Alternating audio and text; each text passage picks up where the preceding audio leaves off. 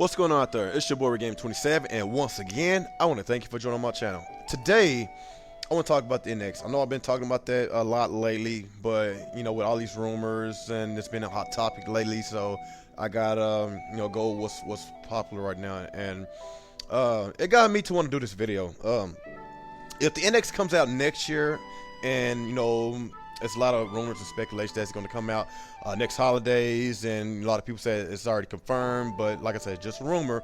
But you know, honestly, I think it will come out next year. I'm gonna say it's a 70% chance it's going to come out next year, but let's say that it does come out next year. Holiday 2016, of course, is going to get revealed at E3 2016. It's coming out, like I said, it's coming out holiday 2016. Okay, so if it comes out around that time and it has all the features, the leading industry chips, so it can have a lot more power than the PS4, have an achievement system, has everything, you know, Twitch or YouTube out, so we can stream our games. Give us what a lot of us want, and you know, and third-party games. That's very, very key. And you know, and first-party games, because Nintendo really did not give us as many first-party games as they did with the Wii, because the Wii got supported a lot. The Wii got a Metroid game, the other M. I know it got you know, Metroid Prime, but that was really, you know, from the GameCube, but it got ported over to the Wii. But Metroid Other M was actually a Wii game. I know a lot of people did not like it, but it was still a Metroid game, and you know, Metroid fans are still out there. There's still a lot of Metroid fans out there. Okay, still a lot of Star Fox games, you know, Star Fox fans out there. Okay, so if we get all that, another, you know, Zelda games, of course. You know, of course, it's pretty obvious that it's going to get ported over to the NNID, kind of like how the GameCube did with Twilight Princess and ported over to the Wii, and it sold really well. I believe it sold between 7 or 8 million between both consoles, so that's pretty good, really damn good. So if Nintendo do the same thing with Zelda U, whatever that name's going to be, and port it over to the NX, but technically that's really a Wii U game. Okay. So basically, the Zelda U on the NX, you know, that's basically the Wii U game. So, and later on down the line, we're going to get a NX Zelda game. And let's say the Zelda game is going to get developed by, you know, by Square Enix. And I know it's a long shot, and I know the developer said he would love to get his hands on that franchise, but you know, it's a wish. You know, I hope that will happen, but I don't think it's gonna happen. But I swear to God, if that would ever happen, that would look so beautiful. I just love their work. But anyway, let's say the NX get 2 Zelda games, get a Mario Galaxy 3, in which is let's talk about that. Okay, a Metroid game, F-Zero, you know, traditional Kirby game, not like the Rainbow Curse. Give us the games that we so used to having. Games that we see on the NES, Super NES, Nintendo 64, GameCube, and the Wii. If Nintendo would actually support their console like they did with those other consoles and give us all these great Nintendo first-party exclusives, then that's right there is very important. That's right there going to drive sales. And honestly, like I said, if Nintendo would have basically supported their own console and give us a lot more first-party games, the Wii would have sold a lot more, just being honest. Okay. And if they would get third-party support, you know, they don't necessarily have to get every third-party games, but if they could get the big name AAA third-party support, then I really believe that the NX is going to be the next Super Nintendo, and by them being the next Super Nintendo, then that decent amount of third-party support is going to turn into full-on third-party support, meaning that the developer is going to port the NX games down to the PS4 and down to the Xbox One, meaning that their console is going to be inferior to the NX. So by that happening, it's going to put a chokehold on Microsoft and Sony, you know, for them to act quickly and see what they're going to do next. And honestly, they are not in no position, especially Sony, to try to hurry up and come out with another console.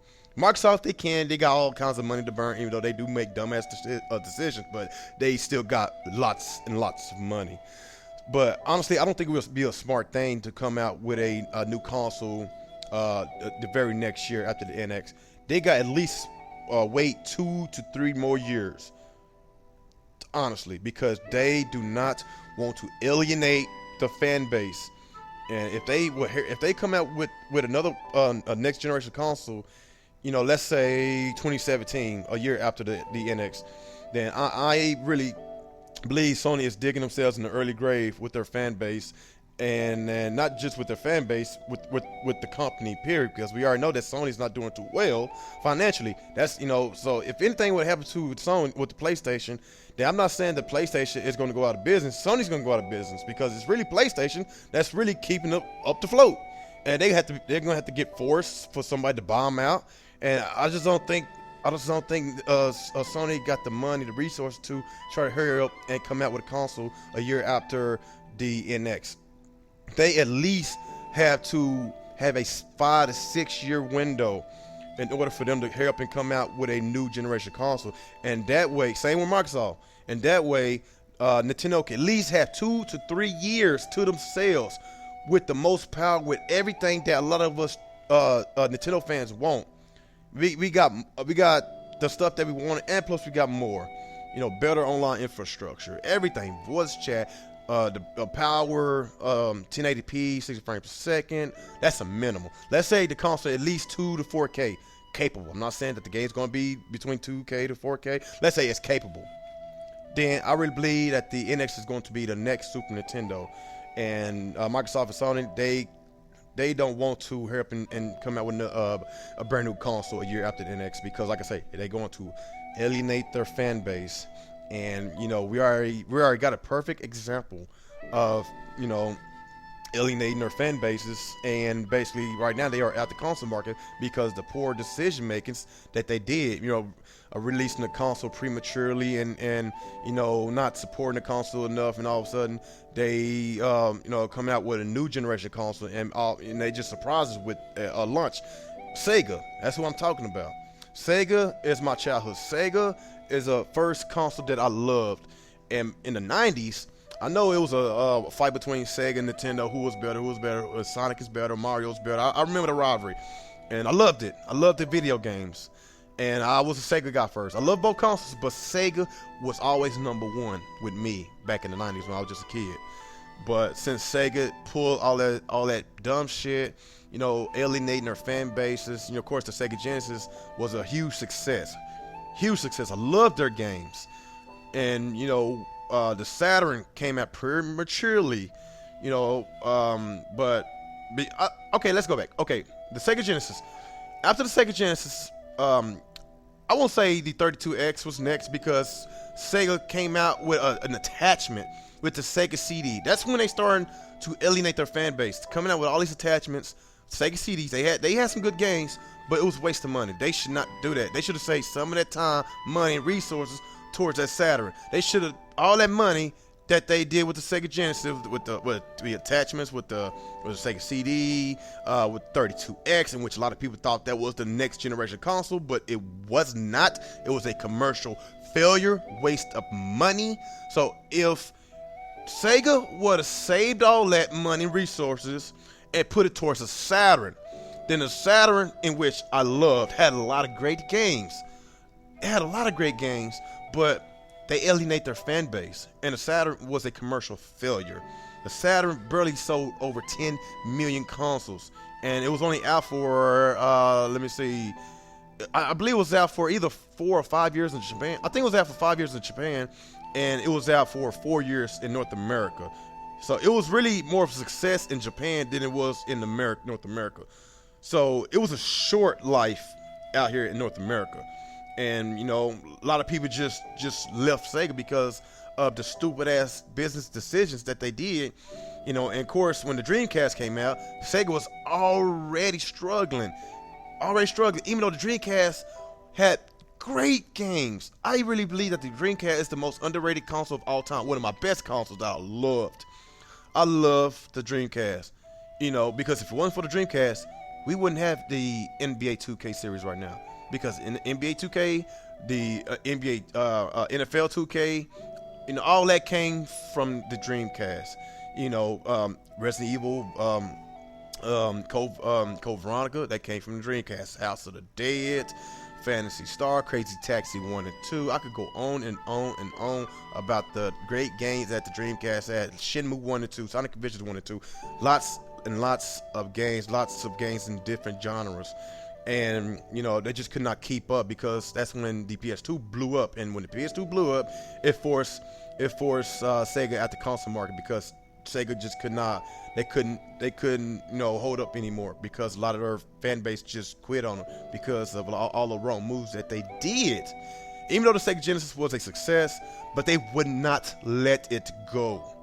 So I believe that Microsoft and Sony, to their best interest, keep the 5 or 6 year window with their current generation and just let it die out. Then whenever it's time to make your next generation console, then make it. Don't hurry up and shove it under the rug just because the NX is a success. I'm just speaking, you know, just if. This is an if factor. I'm not saying that NX is going to be a success. Let's just say if all the rumors are true, in the first couple of years of its life cycle, it sells tons of games because of all the rumors, in which if it is true, that's rumors wise. I'm just going by the if factor. So if basically they wait and just come out between 2018 or 2019 with their consoles, I really think the Nintendo NX will be the next Super Nintendo. But anyway, guys, y'all just let me know how y'all feel about my theory. Do y'all think that the NX is going to be a success if they come out next year and Sony and Microsoft consoles come out 2 to 3 years after? And I didn't really talk about the hybrid much, the handheld, and basically that's gonna even boost the sales even more. So basically, if all the stuff is true, and if this would be the next Super Nintendo, then I would be a happy Nintendo fan, and I won't be ranting like I used to, because it's just this generation Nintendo made all the wrong moves, and it was very, very frustrating. It got me wanting to pull my hair. But y'all just give me y'all thoughts and y'all feedbacks on what if this is a success. Do y'all think Microsoft and Sony is going to be cornered to make their next generation console early? You know, y'all just let me know how y'all feel about this in the comment section below. Like, comment, subscribe, and share my videos. And once again, this is your boy Game 27, and have a good day.